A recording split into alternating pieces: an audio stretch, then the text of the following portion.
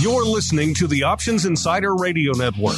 For more quality options programs, visit www.theoptionsinsider.com or search for Options Insider Radio Network in your podcast provider of choice. Listeners can also access all of our programming through our mobile app, available in iTunes and on Google Play. Don't forget to follow along with your favorite programs and submit your own questions for the hosts at twitter.com/options, facebook.com/theoptionsinsider, or via questions at theoptionsinsider.com. Welcome to the Options Playbook, the program where we break down cutting-edge option strategies and explain how you can incorporate them into your own portfolio. Whether you're looking to grow your capital with some offensive maneuvers or protect your investments with defensive plays, you can find them all in the Options Playbook. The Options Playbook is brought to you by Ally Invest. Anything mentioned today is for educational purposes and is not a recommendation or advice. Options involve risk. Please refer to ally.com/invest/disclosures to review additional risks involved with trading options. Securities offered through Ally Invest Securities, LLC, member FINRA, and SIPC. Now, let's open the playbook and get started. All right, everybody, that music means we are back once again. A rare live treat. Yes, it is time for another live edition of Options Playbook Radio, what the cool kids call OPR around these fun parts. My name is Mark Longo from theoptionsinsider.com, as well as, of course, from the ever-exciting Options Insider Radio Network. Where do you go if you want to join us live for this huddle, for everything else we do throughout the week, get all the pro content we're giving you? We just did 2 additional pro Q&As for you folks. Just got off one about an hour ago with the Mr. Don Schlesinger himself, the short ball and blackjack Hall of Famer out there. So he's a fun one. So those are all hitting the feed as we speak. Where do you go to get access to all that content, the live huddles, everything else we do here, the giveaways coming up on the June Pro Trading Crate giveaway? You know where to go. Theoptionsinsider.com/pro is the place to go to learn more. And before you say to yourself, hey, wait, that's not the usual guy on this show, you are correct. Allow me to introduce your usual host here, the options guy himself, a.k.a. Mr. Brian Overby, the senior options analyst over there at Ally Invest. Mr. Overby, welcome back to your own show. What a pleasure it is to actually see you while we're doing this, sir. Yes, this is a lot of fun, Mark. I'm actually doing it from the Ally Invest office. I don't always come in. So it's exciting to be able to get together and huddle up and answer some of these listener questions. So let's do it. Let's huddle up. It's time to huddle up and answer questions about your favorite options plays. Submit your questions via twitter.com/options, facebook.com/theoptionsinsider, or questions at theoptionsinsider.com. All right, everybody, welcome to the Huddle, the portion of the show where Brian and I unite forces like Voltron to try to tackle your tough options questions. And let's see what you guys have on the docket for us this week. Actually, before we get to that really quickly, let's pay off a fun question of the week that we just asked you guys last week. A lot of you folks have the market levels on the brain. It's hard to blame you. It's kind of the story right now. How low can the S&P go? Well, we asked you guys a couple of weeks ago, what were you up to in the market? Over 40% of you said you were waiting until you were BTFDing, but you were waiting until the SPX hit that next level of around 3750 before you were starting to kick in and actually nibble in the market. So last week, of course, we hit that level, broke through it, and we asked you, hey, what are you guys up to now? Are you starting to BTFD or are you waiting for lower levels? We actually gave you 3 choices. So you're waiting for lower levels, or you're back in, you're buying both hands, buying this market again, or I never got out. I don't like that one, but unfortunately we had to put that in there as well. The results, Brian, were kind of interesting. 54.2% of the audience said they're waiting, they're hanging out for lower levels, so they're not buying in at that 37.5 level, even though we're not quite there yet again, but we're starting to threaten it again. What dismayed me, Brian, 25.4% say they never got out. So that's a little alarming. You know, listening to the network, listening to shows like this, we're coming off the hottest month in the history of the network 15 plus year history. Never had more people listening to the network than last month. So people are listening, but they rode the elevator up and they're riding it right back down, Brian. So that's a little bit concerning. And then 20% saying you're back in, you're jumping in with both hands. So intriguing stuff. What do you think about that poll, Brian? And then we have a related question. We'll throw this in here as well from Alan. Alan wants to know, what does Brian think about the current market sell-off? Does he think it has more legs? So I guess what Alan is asking is, are you with 54% of our audience, Brian, who are holding out for lower levels? Well, if I'm looking at the lower levels, and specifically if I toss in Alan's question here, well, actually, that's Jason's is the next one. I'm sorry. The 3,300 level, a lot of technical analysis people have said, well, that, that's the next level. That's the next stopping point in the S&P 500 index. Yeah. Could it go lower? Yeah. Yes. There's still a lot of good that's happening in the marketplace. We have low unemployment still. It's not quite starting to creep up. The consumer is strong. We're still seeing spending. I actually had some decent housing numbers this week. So not all the stuff has hit the fan just yet. And maybe we can get that bounce. But one of the things that we never had, and we've talked about a lot, I know we did the volatility views on Options Insider. I was able to join on that. Is the fact that we just haven't ever seen that big run up in the VIX followed by a big down move in the marketplace. We're just slowly heading to new lows. So it's hard to guess exactly where we would stop. I would feel a little bit better if we had that moment where the VIX shot up to 45.50 and we had a 4% down day in the S&P 500 index. That would actually make me feel a little bit more comfortable about it. But trying to guess exactly where the bottom is, that's a little tough. Now, right now, if you're listening to this live, you're not going to be aware of this, but I've been looking at strategies as part of the educational stuff that I'm doing here at Ally Invest that are bottom picking, like selling some put options on stocks I wouldn't mind buying, trying to pick a little bit of the bottoms. We're officially in a bear market now, so I wouldn't mind allocating some of the capital at this point in time on strong recession-resistant type stocks that I wouldn't mind owning if they go a little bit lower. So that's kind of the option strategy that I've been thinking about. Cash secured put selling put spreads on a little bit more volatile stock. So I can't say, well, this is the bottom. And, that would, first of all, my compliance department wouldn't like me to say that this is the moment right now. But if I am allocating capital, that's the way I would be doing it, using options. That's what we're all about, Brian, allocating the capital using options. Since you're talking about nibbling, starting to get in at lower levels, taking advantage of that put premium, that leads nicely into our next question here from Jason. He says, does Brian prefer to sell cash secured puts or put spreads in SPY at this level? I'm thinking of level. Oh, he's talking about the level you're just talking about. I'm thinking of levels around 330 in SPY, so obviously 3,300 SPX. Brian, you're starting to nibble here. Are you looking at the straight cash secured put? Are you going more put spread? What's your poison, sir? Well, and I brought up the 33 level. I saw that question by Jason, but that's been mentioned, 330 level in the SPY. That's been mentioned by a lot of technical analysis people. There just seems to be a little bit of support right there if you look at the chart.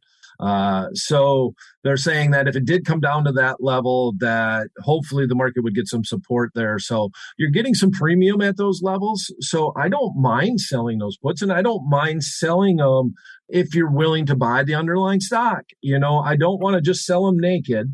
As opposed to selling them naked, I would rather do the put spread. But if I'm literally thinking that this is the level that I wouldn't mind getting along the SPY, it goes right along with what we just said on the previous question. That level, if you're selling it, well, the technical analysis people seem to think that is a level where you may find some support. So why not? Right?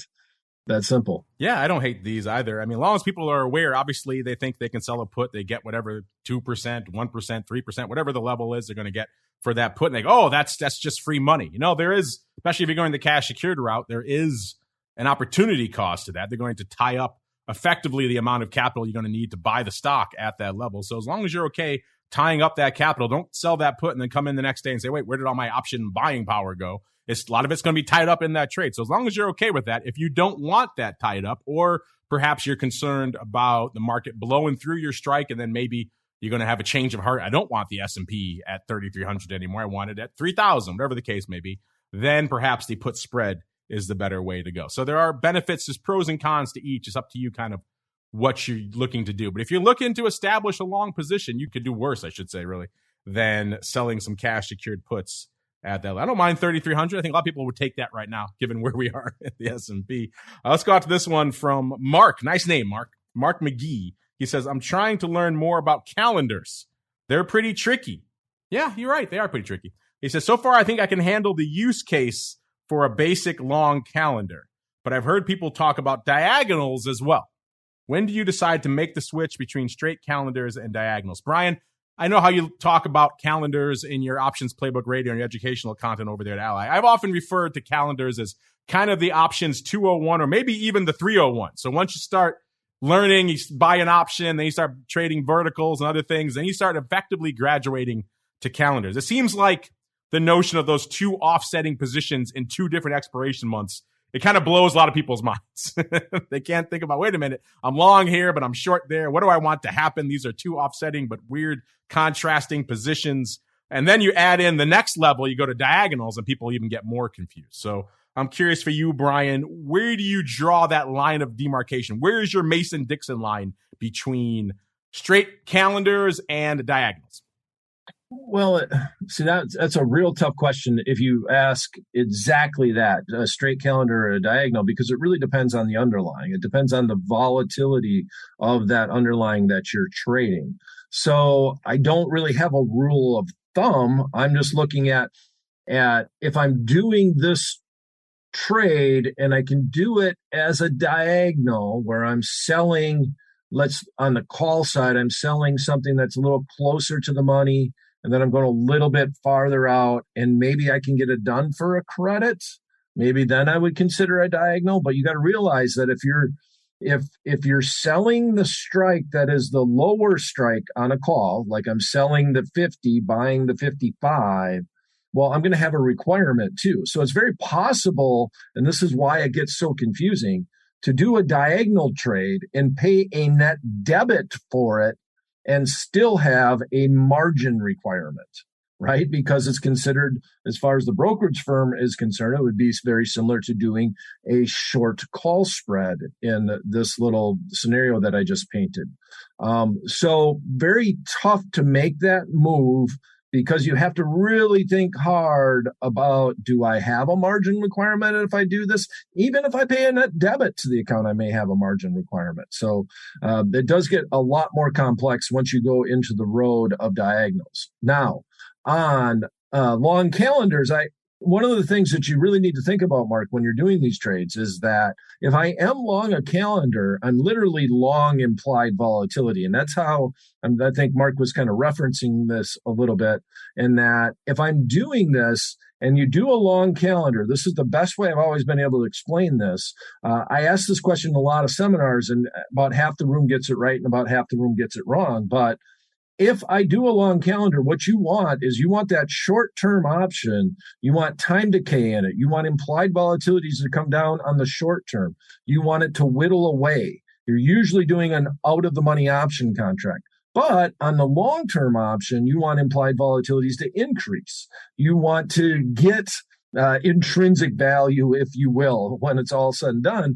So as expiration approaches, and let's say you are correct on your forecast and the short-term option goes away, you would rather have implied volatilities higher, because effectively, when the trade's all said and done, you're going to be long a option contract at the end of the trade, at the end of the first expiration. So with that said, I've looked at calendars. Even if I'm doing a calendar or a diagonal, I like to think about them around earnings, where I'm buying the month that contains earnings, that actually expires after the earnings, hoping to get a bump up in implied volatility, where on the short-term option contract, we're hoping that volatility will come in. So that is one scenario where I can kind of foresee what may happen with implied volatility. And I'm using a lot of trepidatious words here. What may happen in implied volatility, because usually as earnings approaches, the implied volatility of that expiration will continue to go up, and the implied volatility of the one that does not contain it has this tendency to go down. So I want to think about that if I'm doing calendars, more so than should I do a diagonal or should I do a calendar? I want to be in a solid situation to put that trade on. I'm surprised you didn't mention my favorite example of a diagonal, Brian, which is the one I often refer to, which is your favorite, which is the fig leaf, right?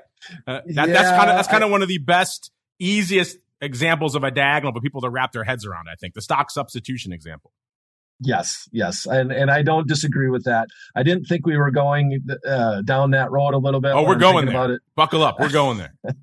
When I'm thinking about a calendar versus a diagonal. But yeah, that's the most, I think of that more as an alternative to a covered call as opposed to a calendar, if you will, if you give me that leniency.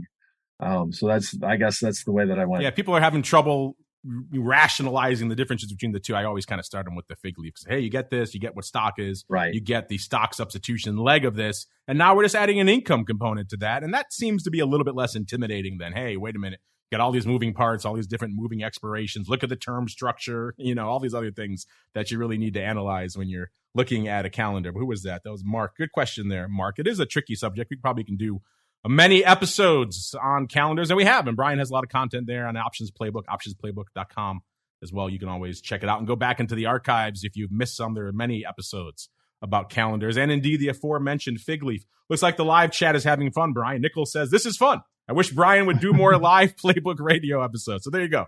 We're getting more requests from the live chat, Brian, for you to come on live. I know you're doing a lot of live stuff at Ally over there a lot right now, right? Yeah, we do. On Tuesdays, every Tuesday, we do a stock play of the day. It's fairly similar to the podcast, but we do it, obviously on YouTube. So we have a live video, and you can actually interact via the chat box. It's obviously not as good as the podcast, but it's like the podcast. I see what you're saying. Yes. Yeah. Fair enough. So Nichols, you guys out there, don't be shy. You don't get to have Brian live on the network too often. So if you have live questions, hit him up. We'll try to bump you guys to the top of the list. Let's keep on rolling here. Let's go to Andrew. Andrew wants to know, we've seen extreme volatility across all markets, including commodities.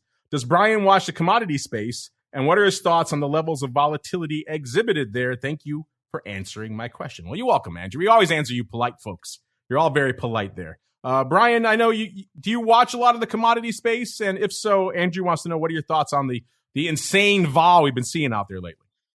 Well, the thing, I guess I wouldn't call it insane. I think volatility is acting very cordially, if you will. We are seeing, obviously, you got to change in oil, but you have a war going on. You have Russia invading Ukraine, and that is obviously going to make some of the volatility in this space, and it's going to add to the commodities. You have the shutdown in China. So I don't think that it's necessarily insane. I think it's a relatively tame.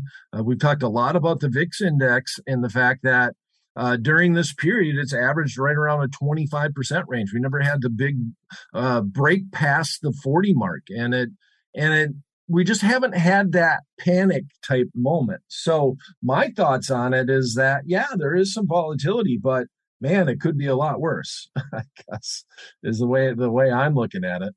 Well, it does make sense. We're seeing a lot of vol. We were just talking about it on our pro Q&A just a few hours ago, and they have some interesting realized volatility metrics that they put out, including on a lot of commodities. And some of these commodities, Brian, were at literally 100th percentile. They had never been higher from a realized vol perspective. So when you look at it from that standpoint, it certainly is interesting times, to put it mildly, out there in the commodity space. Speaking of volatility, let's go to this one. Brian, these are your two favorite products on the planet. Meets is asking about, has Brian dabbled in SVIX or UVIX since the last huddle? Any updated thoughts on these? I'm going to guess the answer is no, but maybe you're going to surprise me, Brian. Are you loving now? Are you dabbling in SVIX, which is, of course, the inverse VIX product, and UVIX, which is the 2x levered VIX product? No, my answer would be lie down until the urge goes away. I looked at them when they first came out, And it's just when you see the correlation between the VIX and what these actual indexes do, they're just, gosh, it's almost like they're too completely like the fact they got VIX in the title doesn't do it justice, right? To the VIX. It's an insult to the VIX because they just don't do what you're expecting to do. So then you're just completely guessing. I would rather trade options on the weather, period, than trying to figure this out. So I just stay away from them. That simple.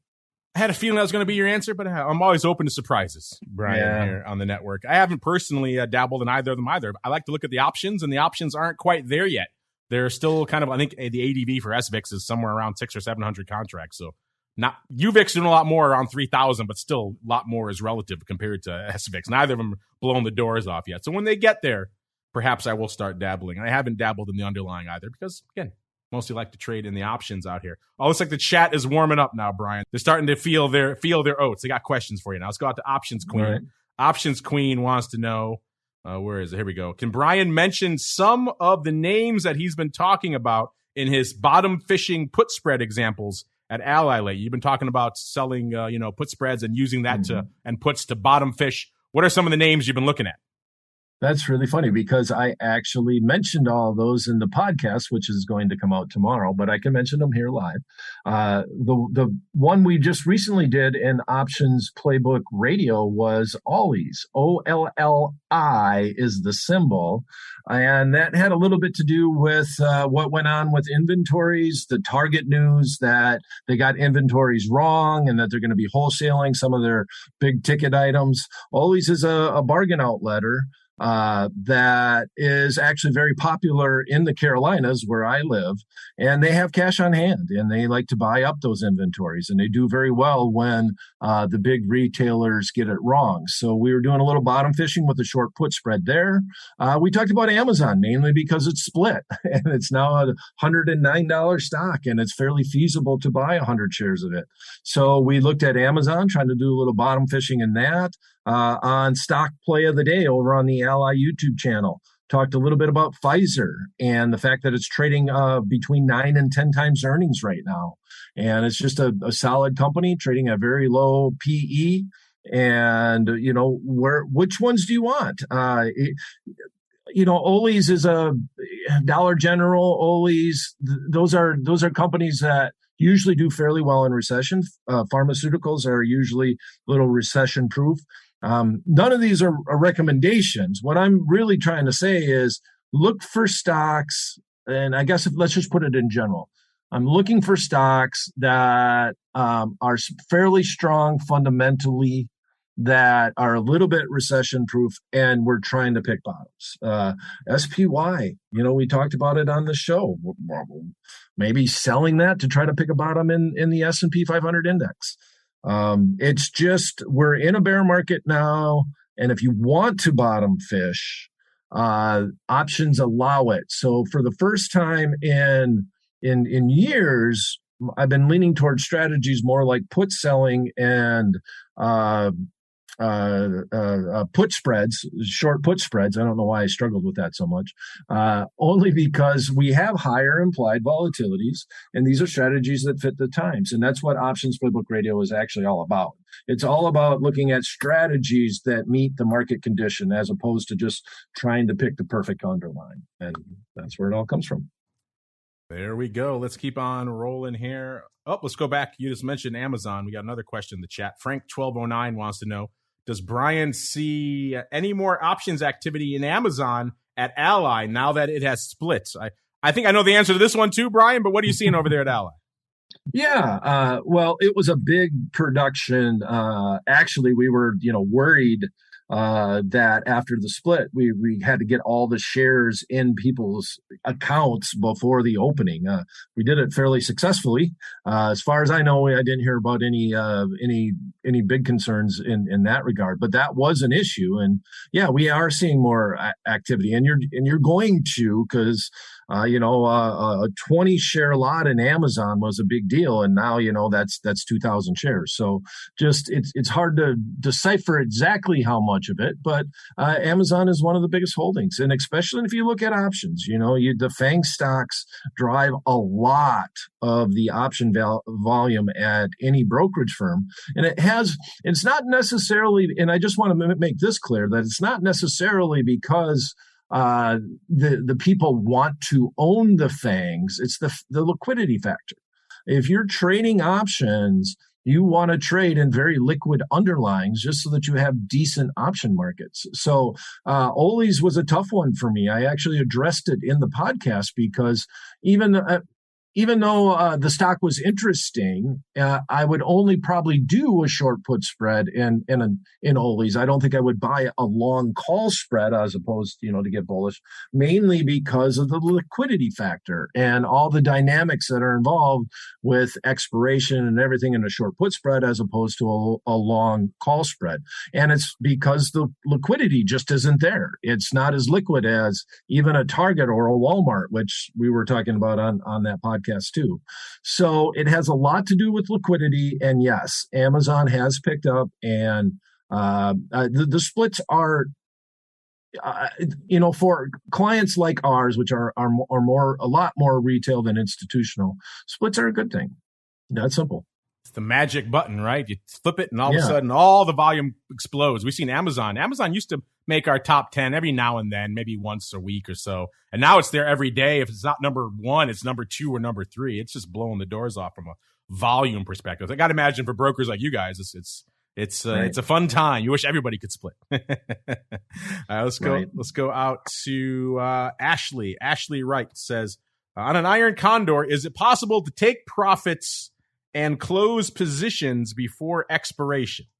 Well, short answer, Ashley, is yes. You can do that with just about any options trade that you can think of. I don't know why an Iron Condor is sticking out in your mind as perhaps being the exception. Brian, do you know why perhaps she's confused, why she can't close out an Iron Condor and take profits before expiration? Well, it might be the fact, do you want to? Maybe we change the question a little bit. Do you like to take profits before expirations? And my answer in that would be yes. Anytime I'm doing something like an Iron Condor, where the market can move in either direction, and I see an opportunity, let's say I did a 5-point wide Iron Condor. So I'm short a 5-point wide call spread, and I'm short a 5-point wide put spread. If I did that in one of those trades, one of the spreads is trading for, let's say, 10, 15 cents. Yeah, I'm going to close it out. And I prefer to do it that way when I'm looking at an Iron Condor. If one of the markets is going against me, but I can literally close out that risk on that opposite side and then let the other side run or roll it or adjust it. Yeah, I'm more than not, I would take that risk off the table and then just be in one of the short put spreads. So I guess I'll answer it that way, Ashley. But yeah, you can definitely close out the position.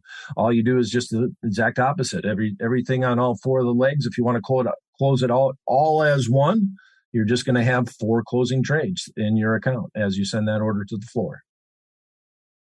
To the floor, the good old days. Yeah, I caught that. I saw it. It's funny that you caught that too. As soon as I said it, I'm like, yeah, that just dated myself, saying to the floor. I like it. Good old days. I like it. All right, let's go out to, this is an interesting one from John.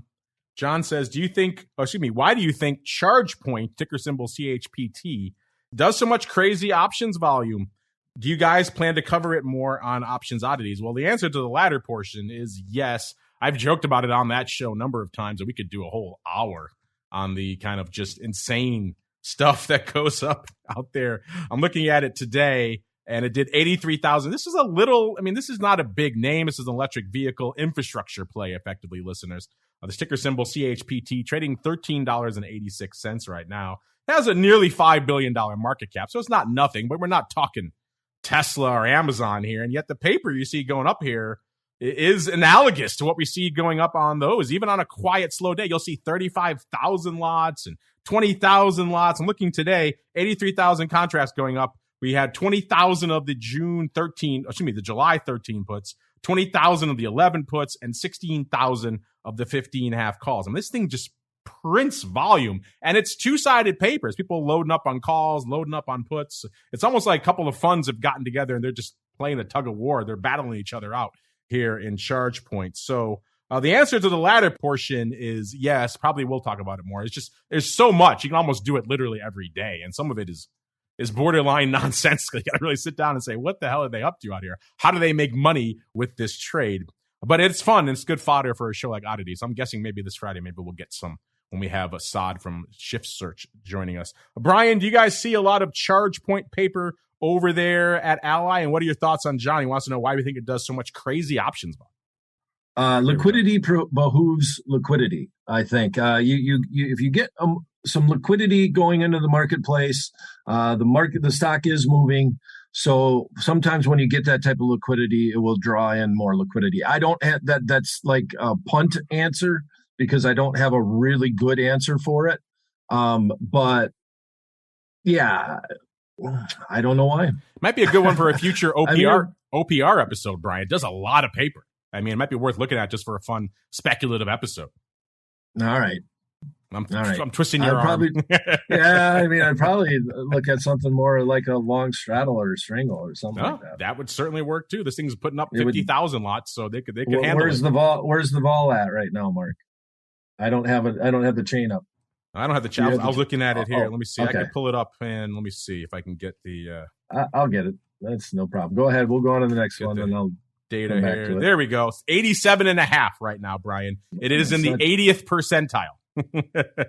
Yeah, I mean that's not outrageous for the way the stock has moved. I mean it's done more than 100% to the downside, right? It was trading up around 45, 50, so it's made that 80% move to the downside. Both the 30 and 60-day historical vols are both in triple digits, so they're putting up some numbers out there from a vol perspective. Right. So the vol's gotten it wrong. If you think of it that way. Yeah. Right. So the long straddle would have been the play. Not saying that you obviously don't know the direction. So if, stock was trading at 80 vol and say stock's around 30, 35 or 30, I'm looking at some of those little bounce ups. The buying long vol would have been better than selling it. In this case, yeah. Sometimes when vol gets high, that's a good time to buy. It's counterintuitive, but it does make sense. All right, Brian, we'll get you out of here on this one. This is from a fun one from Albert Adams, kind of a silly one. Says, is it still called stock substitution when you're doing it on an option on a future? So I guess he's saying when you're using futures options, is it still called stock substitution, Brian? What's the sound of one hand clapping? Yeah, I guess so. I mean, I think I can use that name. Why can't I say stock substitution? That's fine, but it's future substitution. Yeah, what do you think, Mark? I'm going to punt. You're punting a lot today. You've been working on your punting skills. Well, I'm getting ready for football season. I think underlying substitution works. You can't get hung up on stock. Nomenclature, you can't get too hung up on that stuff. But you're right. It is not a stock. If you're buying, let's say, gold, you're doing a stock substitution. I even said it just there. An underlying substitution on, let's say, gold futures or crude oil or nat gas. Clearly, there is no stock involved, so it does require a little bit of a name switch. You could go with futures substitution. We wouldn't hold it against you. I like the term you use there, Mark. Underlying substitution. Yeah, that covers everything, right? There you go. There we go. Right. It covers everything. Security substitution. Oh, there we go. Now we're getting splitting hairs. Yeah. Before we get too nutty, listeners, that music means we have come to the end of another fun live huddle. I want to thank everybody out there for joining us. The chat's thanking you, Brian, so they had fun. If you want to join the chat, you want to ask questions to Brian on the rare occasions that we wrestle him live onto the network, or indeed all the other shows that we do live here, or get, of course, our exclusive pro Q&As and options oddities and our giveaways. You know where to go. TheOptionsInsider.com/pro, or for you really cool kids, you can go to /secret club. Just don't tell anybody. That's just between me and you. That last URL there, Brian. And Brian, where should they go if they want to see more of your content, or perhaps put up and check out some of the stuff you put up on Options Playbook in the past? Well, the easiest thing to do is just follow me on Twitter, because whenever we have a major event, I'm always going to be tweeting about it. My handle is simple. It's at my name, at Brian Overby. And then you can always just send me an email if you have any questions. My email is theoptionsguy at invest.ally.com. Thanks for listening, Mark. Thanks for hosting today. And we'll see you next week on Options Playbook Radio. May all the options that you buy finish in the money, and all the ones you sell finish out. The Options Playbook is brought to you by Ally Invest. Anything mentioned today is for educational purposes and is not a recommendation or advice. Options involve risk. Please refer to ally.com/invest/disclosures to review additional risks involved with trading options. Securities offered through Ally Invest Securities, LLC, member FINRA and SIPC. You're listening to the Options Insider Radio Network, the home of the Options Podcast. For more quality options programs, visit theoptionsinsider.com or search for Options Insider Radio Network in your podcast provider of choice. Listeners can also access all of our programming through our mobile app available in the iTunes and Google Play stores. Select programs are also available via live stream at mixlr.com/options-insider. That's mixlr.com/options-insider. Don't forget to follow along with your favorite programs and submit your own questions for the hosts at twitter.com/options, stocktwits.com/options, facebook.com/theoptionsinsider, or via questions at theoptionsinsider.com.